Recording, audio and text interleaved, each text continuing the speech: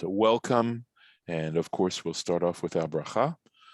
Baruch atah Adonai Eloheinu melech haolam asher kitshanu b'mitzvotav v'tzivanu la'asok b'divrei Torah. Amen. So I was actually sort of just thinking in general and contemplating, of course, I'm trying to contemplate the holidays coming up and everything like that. But, you know, one of the things I think we try to do is just that what our tradition tries to teach us is to try and look at the world, to try and take in the universe as a universe and to try and contemplate what it's really all about, and to take that time, which is one of the reasons we have Shabbat, is to just step back for a moment, to be capable of doing that, have that opportunity, and just think about, you know, what it's all about and what it really is supposed to do and what our purpose is, etc., etc. So I think the Torah tries to give us various disciplines as to how to accomplish that in various kinds of ways. And so this portion starts off, of course, we want to try and get this portion done before, it's always done before Rosh Hashanah, because it has, in fact, the last part of this portion has to do with the curses that are mentioned, that there's awesome implications in terms of what we do and how we choose to live our lives, etc., etc. But the first part has to do with BIkkurim, has to do with the first fruits and the bringing of the first fruits, which again, you know, I realize how significant it is to be appreciative, you know, to not just, and Lauren, of course, taught me this phrase, right, where you sort of just, you feel entitled to things and you want to try and rid yourself as much as possible of those kinds of feelings. At any rate, so we're going to start off with BIkkurim, and some of the material you're going to tell me why does it sound familiar to you? And that is not I'm not asking you a difficult question here at all. So I'm going to start off by sharing the screen here. And here we are. Okay. So here we are at the beginning of Parsha Ki Tavo. V'haya, it shall be, Ki Tavo el haaretz, when you arrive, when you come into the land, or to the land, Asher Hashem Elokecha, which the Lord your God, Notein Lecha Nachala, is giving to you as an inheritance, V'yirishta, and you occupy it, V'yeshavta ba, and you settle in it. So we're setting up the conditions under which this particular mitzvah is to be observed. And here's the Rashi right here. So the fact that it says, you know, you arrive in the land of Israel, you occupy it, and you are dwelling in it. So from in the tractate Kiddushin, page 36, the Gemara derives, Magid, this tells us, Shelo nitchayvu beBikurim, that Bikurim, the first fruits, were not owed, right? They were not obligated to bring Bikurim, that this mitzvah did not come into force ad shekivshu et haaretz vechilkuha, until they conquered the land and distributed it, divided it up. So they had to be completely settled in the land. This mitzvah was hatluya ba'aretz. This is one of those mitzvahs that depends on occupying the land of Israel, but that was the only time when this mitzvah actually came into force. So, V'lakachta mereshit kol pri hagama, and you shall take of the first of all the fruits of the ground, okay. Asher tavi me'artzacha, which you bring from your land, okay. Asher Adonai Elohecha noten lach, which the Lord your God is giving you. V'samta vatena, and you shall place it in a basket, or you shall place them in a basket. V'halachta, and you shall go el hamakom, to the place, asher yivchar Hashem Elokecha, which the Lord your God will choose. L'shaken shmo sham, to cause his name to dwell there. A little more Rashi here. Okay. So it says, you shall take of the first. So this mem, which means of or from, is known as the partitive article. It means not all. That's how we understand it. Since it's from, it means as opposed to all, right? So some, Bereshit, from the first. So, and these are the sources where Rashi derives this. Menachot Pei Daled Bet, right? So this could be it could be page 84. But Bet would be the second side of the page, and from the Sifrei, the halachic commentary midrash on Numbers and Deuteronomy. Velo, so he says velo kol reshit, right? In other words, of the first fruits, but not all the first fruits. Well, they told us back way back there that if they the first fruits they should give the poor and the orphans and the widows 1/10 of that. So that is referring to the second tithe. Okay, that's on years. There's a 7-year cycle, and the first and second years, and the third and fourth years. Okay, that second tithe, which is not BIkkurim.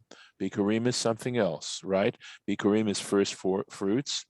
That first and second year and the fourth and fifth year of the 7-year cycle, they take up the second tithe up to Jerusalem, but the third and sixth year, that goes to the poor. That's known as Masar Oni, and that is given to the poor in the third and sixth year. And in the seventh year, that's a sabbatical year, and the land essentially becomes ownerless. But there were other kinds of ways in which social welfare was taken care of. But this is something else. This is BIkkurim. This is first fruits. And Rashi's going to explain to us how that actually operated. But the point is, it didn't come from every single fruit. She'ein kol ha'peirut chayavim BIkkurim. He says it quite explicitly, because not all fruit, right, is one obligated to bring as BIkkurim. Ela shivat haminim bilvad, but only the 7 species. Those are the 7 species which one operates as BIkkurim, right? And they're mentioned in Deuteronomy chapter 8, verse 8, right? Ne'emar kan, how do we know this? Ne'emar, this is what is called a gzeira shava, right? Ne'emar kan eretz or aretz. Here it mentions the word eretz, v'ne'emar lahalan, and above in chapter 8 in Deuteronomy, it says eretz chita, it says a land of wheat and barley, etc. Right? You're familiar with that. Ma lahalan mishivat hayminim, just as back there when it mentions land, it mentions those 7 species. Nishtabcha bahem Eretz Yisrael, by which the land of Israel is considered praiseworthy. In other words, these particular crops are considered to be, Israel is capable of producing outstanding crops regarding their quality, etc. Afkan Shevach Eretz Yisrael. And here too, we're referring to that which is the best of the land of Israel, Shehem Aminim, which are of the 7 species. Yes, Harlan, go on. The 7 species were forbidden in Pesach. No. You're allowed to eat pomegranates on Pesach. You're allowed to eat dates on Pesach. You're allowed to eat wheat too. Yes, it just can't be leavened. Correct. Right. And it's only 5. We're talking about 5 types of grain, right? Wheat, barley, oats, rye, and spelt. Those 7 species are capable biblically of becoming chametz. So as long as the wheat is not allowed to become chametz, you can eat wheat. But you have to be careful because these 5 species, they're 5 species of grain. These 7 species so we can try and mention them, right? So we've got wheat, barley, grapes, dates, pomegranates, and figs. And what am I leaving out? Olives. Olives, thank you, olives. Those 7 things, all right. So let's see. I love them all. Yes, they are good. Okay. I love them all. Okay. So he mentions Zait Shemen, right? Where it mentions the olive of oil. So it mentions something with regard to Zayit. And here it says Zayit Aguri. Okay, it means a medium-sized olive. Shishmano agur betocho, in which the oil is stored. Okay, agur is to be stored, right? It can mean several different things, but here it's referring to, and also the fact that Zayit Egori also means that it's a storable olive. Udvash, honey. Udvash Tamarim, this is referring to the honey of dates, date honey. It's not bee honey. And the Mereshit, from the first. And this is in Brachot Lametet, in Brachot, Tractate Brachot 39, and BIkkurim Perek Gimel, and the 3rd chapter of BIkkurim and Sifrei. So I think actually up here where it says Menachot, I believe that means Perek Daled, Mishnah Bet, chapter 4, Mishnah 2. So just to clarify that, not to give you hopefully good information. So here we go. Here's how you determine what are your first fruits. This is lovely, actually. Adam yored letoch sadehu. A man goes into his field, goes down to his field, vero'eh te'ena, and he sees a fig, shebachra, that has, given its first fruit. Right, so I imagine that it has to go past the flower stage, and the flower has fertilized and become fertilized, and now started to create a fruit, even at its tiny stage. Korech aleha gemi, and he ties a ribbon, or sometimes gemi means like a strip of papyrus, but I think the point is that he ties a ribbon around it, some kind of thing like that, l'siman, as an indication, v'omer, and he says, Hare zo BIkkurim, behold, this is my BIkkurim, of this date tree, of this fig tree, excuse me. I just want to mention that Chabad's translation says that it has ripened, but I don't think that's necessarily a direct translation. I believe that what you said probably is. It's just that but they just put that here. It's a good point, and I can look up in Jastra and see, but the word. And also for Aguri, they put gathered instead of stored. Okay. But, again, yeah, go ahead. I'm just, noticing the difference, but I don't think it's necessarily that meaningful to what we're talking about. So I appreciate your doing that, though. I think it's important to mention those subtle or not so subtle sometimes, differences in translation. I think it's all to try and give us the right impression of what's being said here. So let's see, let's go on. We just did bait. So let's go on. I did quite a bit there. And here we go, verse 3. Uvata el hakohen, and you shall come to the priest, asher yeh bayamim hahem, who is in those days. That does seem to be unnecessary. Rashi will try and account for it. Okay. Va'amarta elav, and say to him, Higadati hayom lashem elokecha. I declare today before God, the Lord your God, kivati el haaretz, that I have come to the land, Asher nishpa Hashem lavotenu, which Hashem swore to our forefathers, latet lanu, to give to us, right? That's what God promised Abraham, Isaac, and Jacob, that he would give their descendants the land of Canaan to become the land of Israel.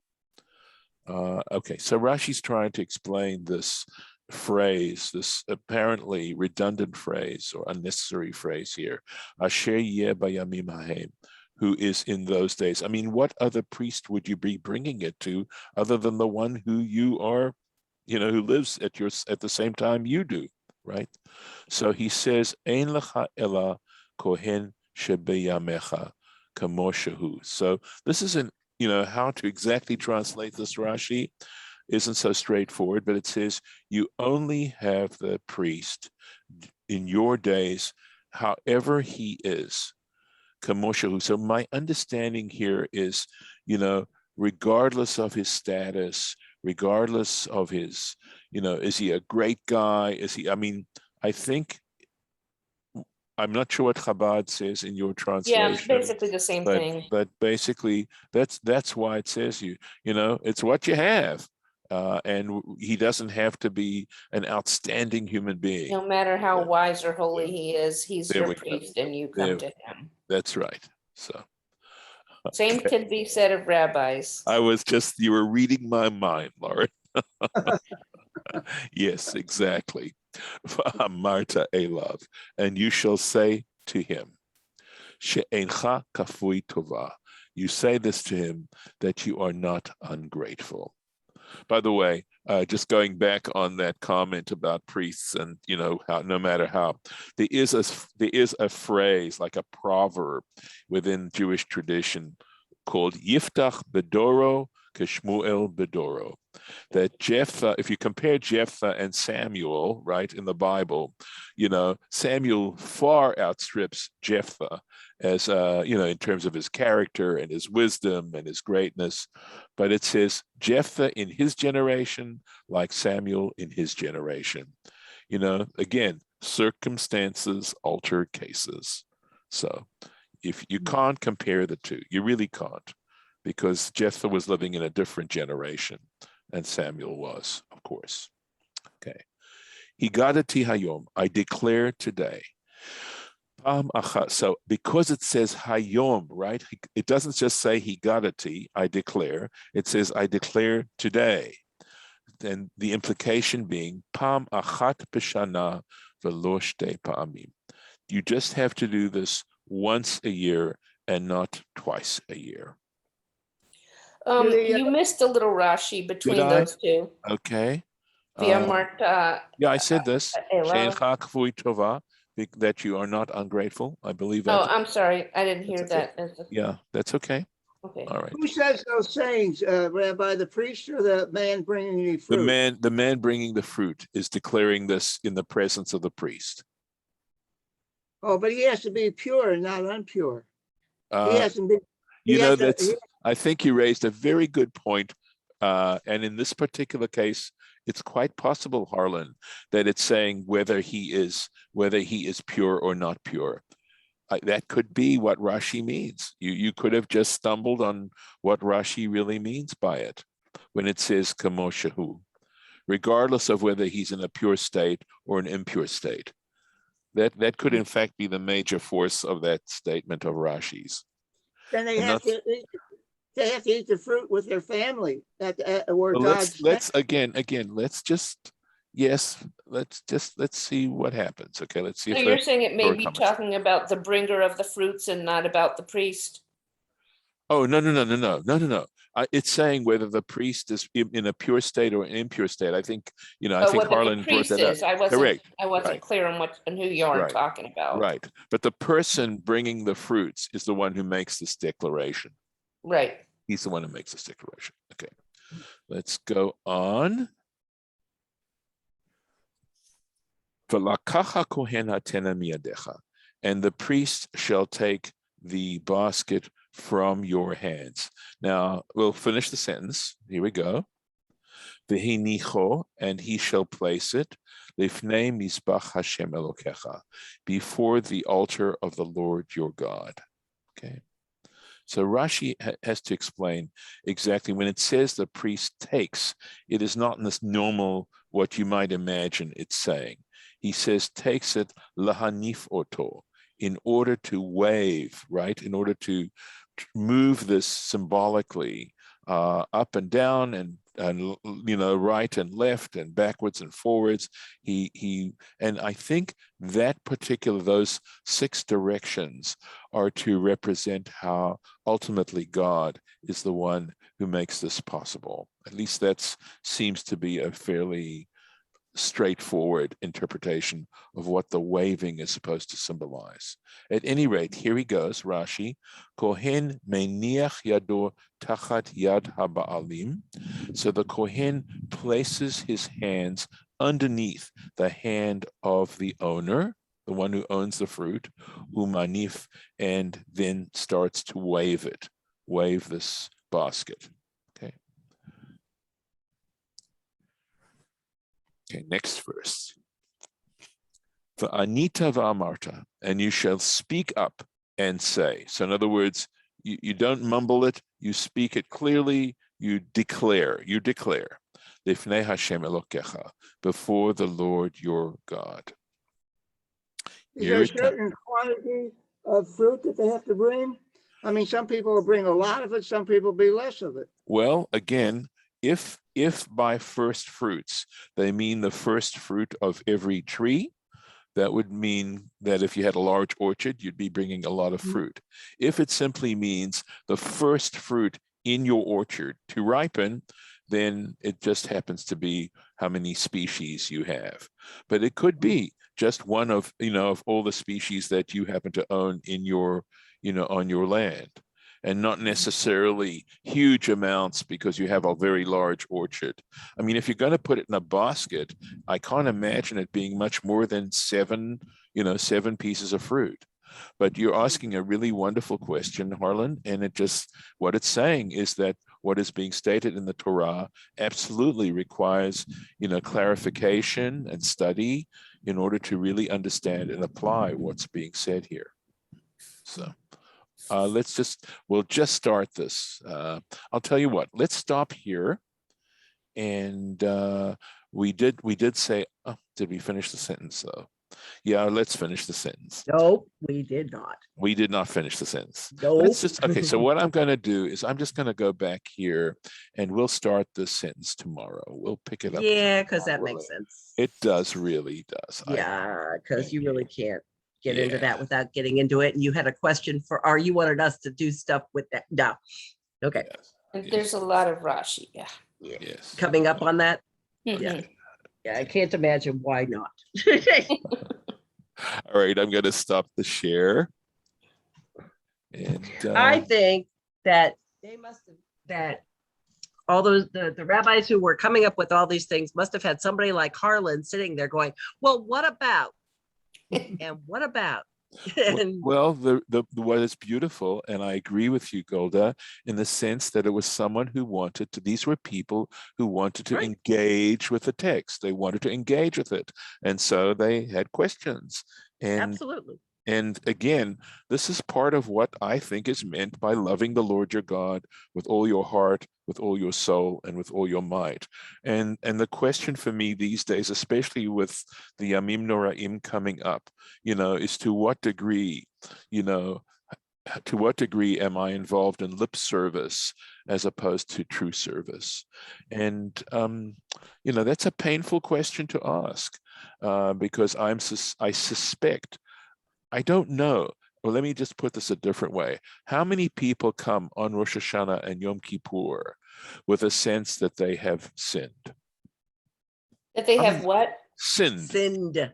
How to what degree done wrong stuff. To what degree is, quote, sinning, quote, even a category that people actually consider these days? And the difference between committing a crime, let's say, and sinning or behaving badly, the idea of sinning is that you're doing something against the creator of the universe, that there's a deeper connotation to what you're doing. And I think it comes back to my very opening statement that what I think one of the important things that I think our religion is trying to do is to make us conscious that we have a relationship with the world in which we were created. I mean, this is why you come up with phrases like Mother Earth, that it's more than simply being here, to make use of all the resources that they are and to take advantage of all the resources that the earth has, but that we are creatures, we are part of this universe, and that we want to have a symbiotic relationship with the world. And given the fact that we have the intelligence that we have, to take it in on a grand scale. And sinning means that you're doing something to destroy that relationship. That's essentially what sinning is about. And it isn't simply just doing something wrong. And I'm saying, I don't get the feeling I don't think people really understand what the word means. I think they see it as an old-fashioned word that's lost currency at this point. And I don't think it has, if we understand what it really means. And I think it can actually be something for us to meditate on. And I will stop. I'll stop the recording at this point, unless anybody wants to say anything else. But I want to say about the sure. vows. A lot of times I say a vow, I don't really mean it. I don't know how I can, get rid of it. Well, we have that Hatarat Nedarim, right, Erev Rosh Hashanah. We do that. There's a statement that we go through that we ask to have our vows forgiven. But we're really supposed to, the idea there, of course, is for us to take what comes out of our mouths very seriously, and that when we make commitments, again, that it's not just lip service or a good feeling, but that it's something that we really mean. So thank you. I'm gonna stop the recording here and just thank, of course, those who have been following us to this point.